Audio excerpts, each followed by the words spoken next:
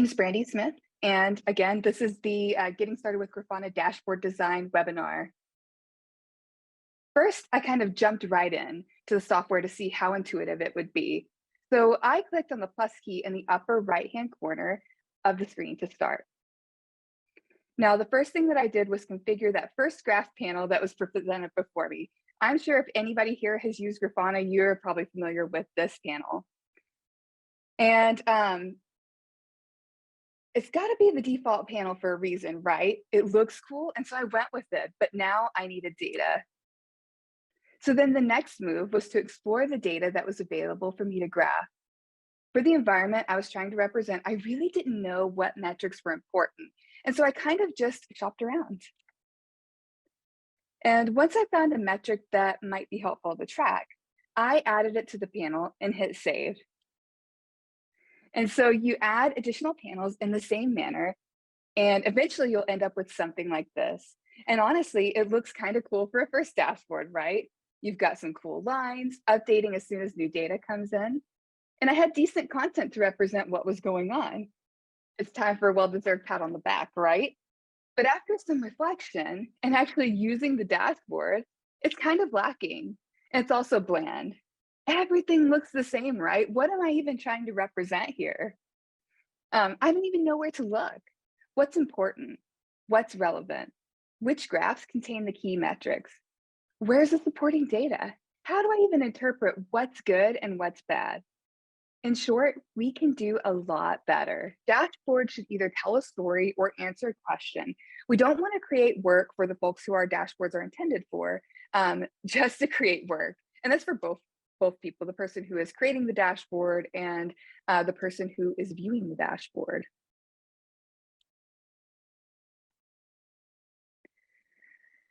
So, and the dashboard, saying that it should tell a story, what does that even mean, tell a story? Well, to tell a story is to try and create a logical progression of data, such as large to small or general to specific. What is the goal for your dashboard and who is the goal important to? And a trap that's easy to fall into is to design a dashboard based on the metrics that are available to you. And this really is true for any product design. In the end, someone will be looking at your dashboard for answers to problems. So what's the ultimate success metric to measure the quality of a dashboard? It is how quickly and accurately a dashboard can deliver those answers. And to be able to do that, we need to understand who are the intended users or audience of the dashboard. The target audience may be you or your team. And in that case, you probably have a pretty good idea of what the purpose of the dashboard is and what information you need to show in order to help solve the problem. But if you need to help create dashboards for others, you really need to dig deep to understand what they're trying to achieve. Because if you don't understand what questions they seek to answer, the dashboard you create for them may not be very good. I remember a time whenever I was handed data, I was a data analyst way back in the day, and I'd be handed data and say, hey, create me a dashboard for this data.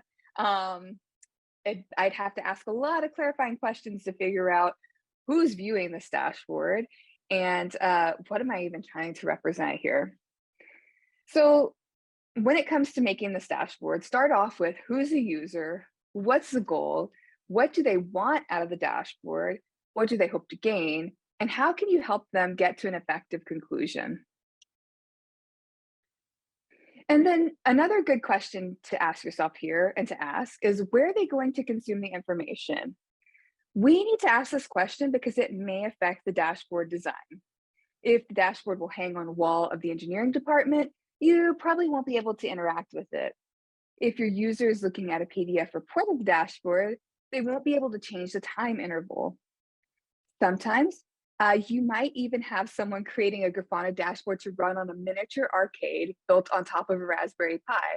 Admittedly, this is not the most common use case, but possibly my favorite. The point here is you might need to consider a variety of use cases. Now, once you know what the purpose of the dashboard is, the next step is to convey that as effectively as possible. So now that we know the purpose behind the dashboard and what content is required to get to the answers to our questions, how do we convey the information most effectively and efficiently? Now, there's a field of psychology called Gestalt psychology, And this talks about how humans perceive certain physical aspects of an object. And it said humans perceive entire patterns and not just individual components. In other words, the whole is more than the sum of its parts. In that light, Gestalt psychologists talk about the importance of visual hierarchy. Visual hierarchy is a pattern where some elements tend to stand out and attract attention, suggesting a hierarchy of importance. Now, by using visual hierarchy, you can guide the viewer to the information you want them to focus on more closely, especially when we're talking dashboards here. Now, there are a few categories of visual hierarchy, and the first to consider is the alignment of your content. Studies have shown that English speaking countries, we scan the page content in books, on the web, and wherever in a Z pattern. And so if you think about the way that you're looking at things, I know for me personally, this is definitely the way that I read and I look at things from left to right and top to bottom. And we can use this to our advantage. This means that not only are the top elements the most important, but users often skip past the middle row and go straight from the top to the bottom. So if we place content on the top row and in the corners, the users are more likely to pay attention to that information. Next is size. As intuition tells us, bigger charts convey a perception of greater importance. In the example here, our middle row has a big element drawing our eye's attention.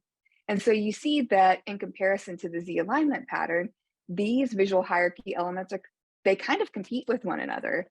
And in this case, size is competing with alignment and size wins here. And then we have color. Color is a huge driver of visual hierarchy. Our eyes are drawn to any bright, saturated colors. If an object is starkly different from its background, it draws the eye. And in this case, our eyes are immediately drawn to the bright green panel because it's different and draws attention away from the other panels.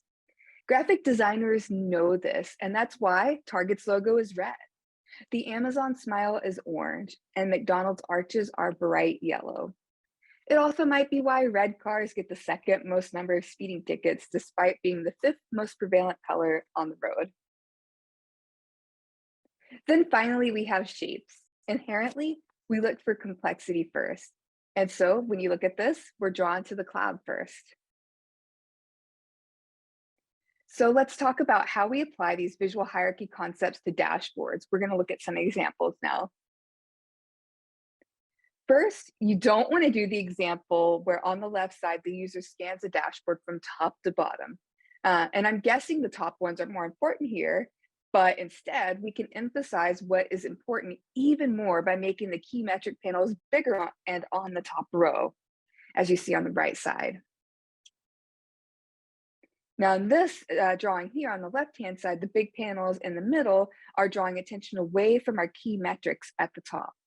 If you're forced to use larger panels in the middle, such as a big table of details, you can bring the attention back by adding color. And you'll see this here in a few whenever I give you a demo of this. Then you also want to leverage variety. So if you remember back in the beginning when I was talking about my first dashboard, it was all the same graph panel. Don't be afraid to add multiple types of visualizations. The graph panel is great, but there might be better ways to get your message across. Sometimes a big juicy number is just what you need, and it can be color coded for context of what it represents, good and bad. Why is the user looking at the graph? If they're only trying to assess whether the system is working, avoid them having to interpret the graph every time. Now combined, all these characteristics determine how the user will interpret your dashboard. Each of these characteristics fights for your attention, and the more you make use of them, the louder your dashboard will become. However, if you accept that not all panels are equally important, you can guide the viewer to the information they're more likely to look for quicker. So now let's look at two dashboard examples to compare their designs. And we'll start off with some Loki dashboards. This is the dashboard to track the health of a Loki cluster. And Loki is Grafana's open source logging project meant to work side by side with Prometheus, which is the open source metrics project. Now, I like this dashboard as it has a ton of great information for troubleshooting Loki. Now, outside of the content, I like the design in that there is some natural logical grouping to the data where you have a quick look area at the top to see your key performance indicators. And then below, you see the metrics grouped by read and write path. And in the right row, it's apparent that the push latency metric is most important to pay attention to, as denoted by the size of the graph. And for read, the query latency is most important. If we zoom out, we have access to even more categories of specific detail seen in the collapsed rows at the bottom. So it seems like if the user notices one of the general metrics are providing abnormal results, the user would scroll down to see more details. What might have been a more logical flow is when the user sees those abnormal results in a graph at the top, they use the data links feature of Grafana to drill from that graph to a new dashboard with relevant details. Now, here's an example of another dashboard. And you may be thinking, okay, why is this blurred out? I've actually blurred it on purpose. Now, what do you think the author wants you to look at or focus on?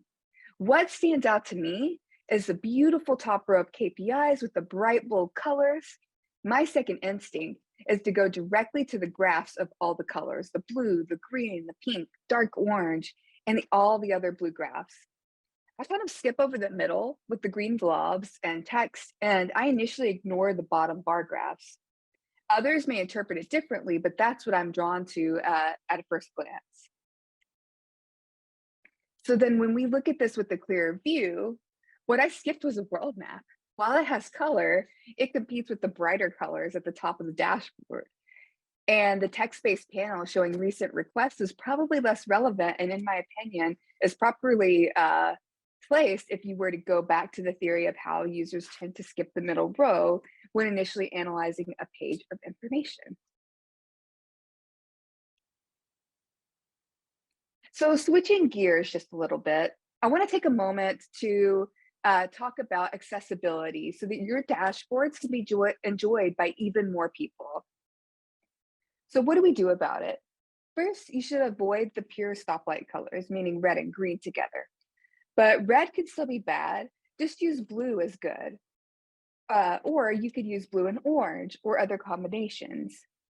We can also make use of different line styles so that if you need to show a set of lines, each one is distinguishable regardless of what color is chosen. Now, for other color combinations to consider and for which combinations to avoid, there's a blog by Venngage on colorblind friendly palettes, and you'll get that in the resources.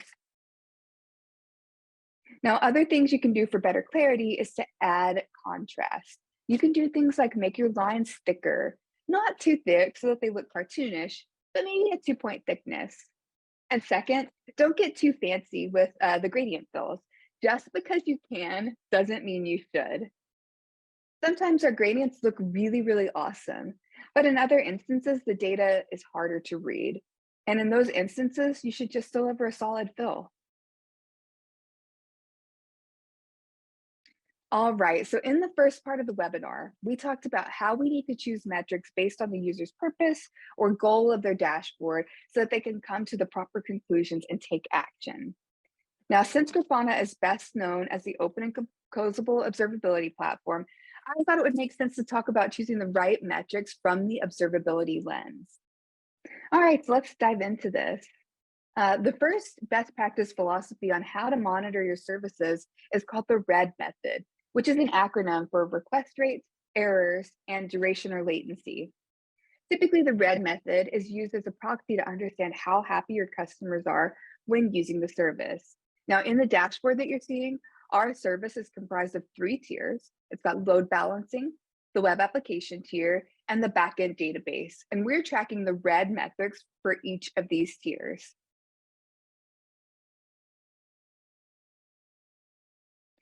Another method of note is the use method, or the utilization, saturation, and errors. Now, as opposed to the RED method, which is meant to observe the service layer, the use method is meant to track the underlying infrastructure resources. So this is all of the physical server functional components. So things like CPU, memory, disk, networking, and so on. So utilization is going to be the average time that the resource was busy servicing work, while saturation is the degree to which the resource has extra work, which it cannot service and might be queued. It answers the question like, how much work does this thing have to do? And E is the error tracking. Now you want to track all three because a burst of high utilization can cause saturation and performance issues, even when the utilization is low when averaged over a long interval. For example, we've seen customers with CPU saturation or latency problems, even though their monitoring tools pulling at a 5-minute collection interval showed CPU utilization never got higher than 80%. So it is incredibly important to track all three. So now let's talk about some other practical visualization tips.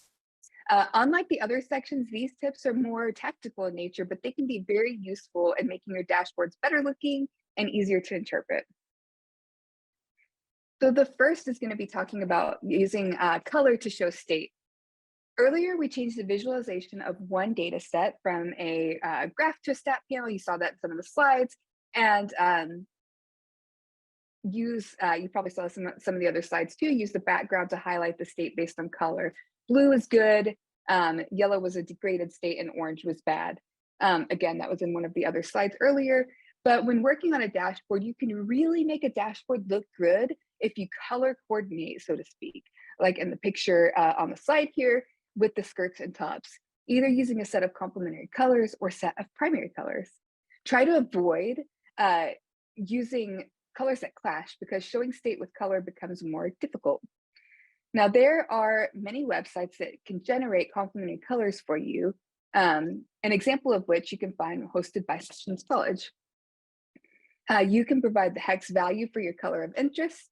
For example, say the blue, how many matching colors, and it chooses the perfect orange and yellow shades that would better complement and soften the colors we use here. And then some folks may not know which color to start with when choosing their colors.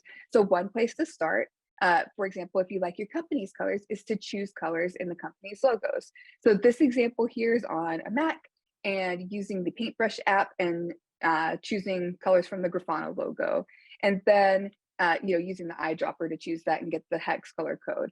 Then you can copy and paste that hexadecimal value into one of the color fields, and then Grafana converts that hex into the RGB value. Now, the clearest way to communicate state, removing any ambiguity, is to use text to signify state. To do so in Grafana, the stat panel has a value mapping section that we use to signify what rate of errors was considered okay in a degraded state or SLO violation. Colors can also really make the dashboard pop. Other things that can help with polish is to add some space between panels. They don't all have to be touching each other. In this example, we had a set of services with KPIs organized in columns. Additionally, if you notice in each of the panels in columns 1 and 3, you'll see gray shading in its background, but in columns 2 and 4, the columns do not. To pull off this effect, we've enabled transparent backgrounds in columns 2 and 4. Now, one final thing to note on this dashboard are the column headers. In this example, these headers are created using the text panel with simple HTML. Now, to better space out and organize your data, there are 2 other items of note. First, you can use a text panel with no content to add some empty padding between rows. In the previous example, it was using this technique. And then to segment your data, you can organize your data sets into rows. And while many of you have seen this feature, it seems to be hidden in the UI. So to add a row, you just click on the add panel icon and then add a new row as you're seeing here in the screenshot. So when you're designing dashboards, you want to think about what the end goal of the dashboard is. You heard me mention this very early on in this webinar. You can provide, so another thing that you can do is drill down into specific dashboards relating to different scenarios that might be taking place. So thinking about one of our earlier dashboards, splitting out the more specific details that were collapsed at the end, you can allow your users to click from a panel into the next dashboard and then choose their own adventure from there. Now, this can be achieved using a couple different options. panel links, and data links. With panel links, your resulting link will be in the top left corner of your panel. With a data link, you click on the data itself, such as clicking anywhere on a stats panel to drill somewhere else. Now, in this example, I'm using a data link in the override section of the panel because I want to use the value of the data in the URL field to drill in.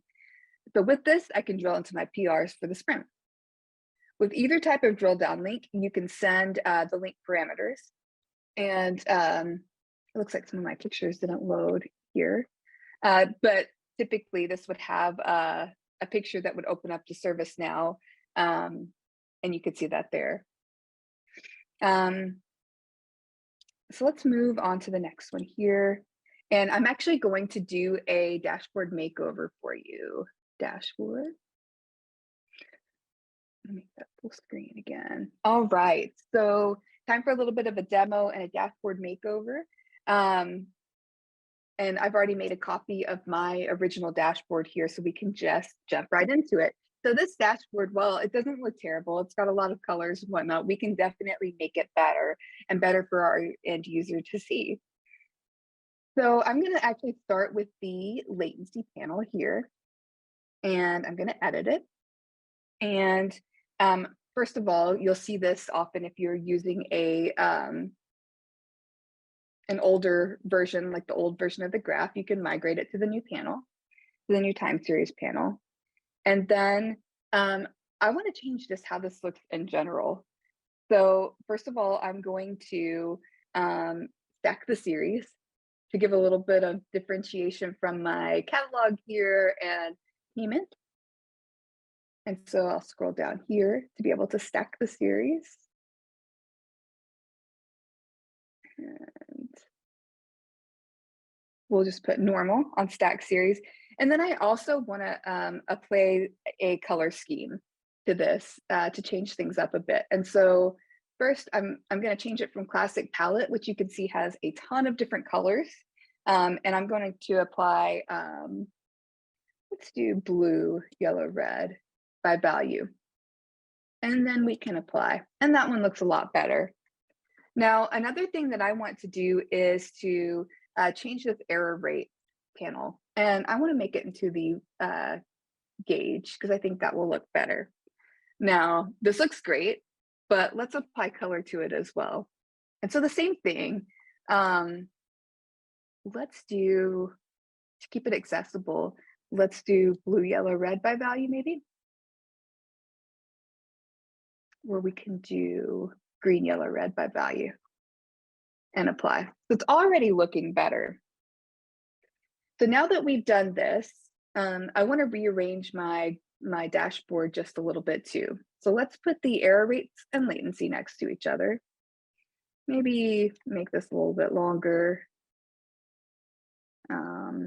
Adjust the sizing here to one another to really express that these are important. So these are error rates by geo, latency.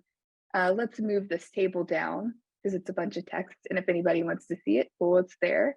And then I'm going to actually make this stat panel here in the middle, I'm going to make it into a geo map. So let's have a look here. So this is our customer activity panel. We are going to change this to a geo map. We will, so it looks like it's disappeared, it's still there. We're going to search for the base layer up here. And we're going to change it to this. Now we can go a little bit, make it a little bit prettier here, put it on the world ocean view. And then we want to add our markers to this.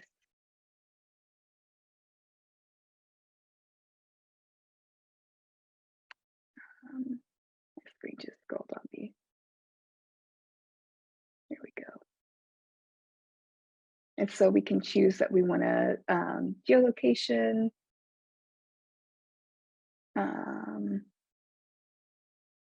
No, that's not it.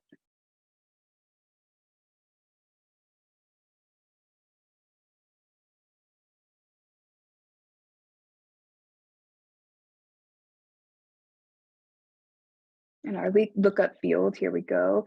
Okay, so this is starting to look better already. Now, all of these are the same color, and this is showing us our customer activity by geolocation.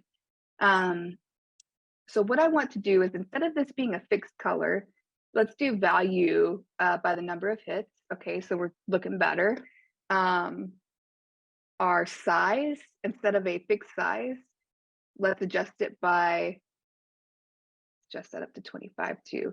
So now it's going to be bigger based on the number of hits in the geolocation. We've got a min of 2 and a max of 25. Now let's adjust the color. One other thing I wanted to adjust to is the fill opacity. So it'll be a little bit more bold here in the geolocation. And then last but not least, let's adjust our coloration here. Let's just give it a, how about a blue to purple by location, and apply. And now our dashboard is looking so much better. And we can zoom this out a little bit too to get all of our geolocations. So now you can see where there is more activity by geo, and you can definitely know that, you know, hey, there's way more hits in the US than there is in this geolocation. Now, a couple other things to adjust here. So let's just bring this panel here. Let's make this a little bit smaller. It's our Kubernetes service status, and then we will bring this panel in and put it next to this one.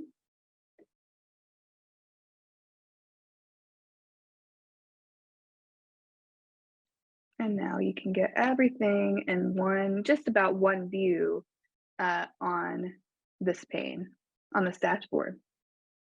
And there we go. And so that's the makeover for our dashboard. Pretty neat, huh? It came a long way. And if we adjust to, I was playing with this a little bit earlier.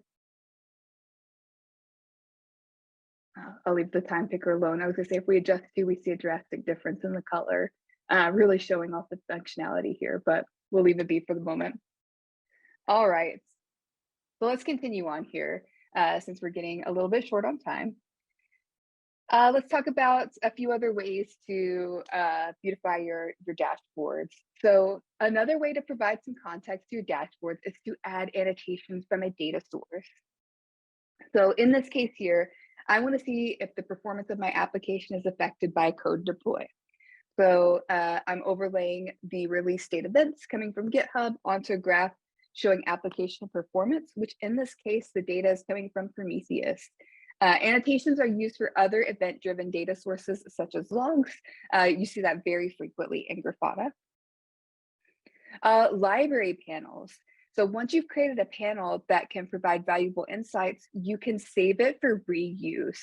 This was released back in Grafana 8. And these are reusable panels that you can use in any dashboard.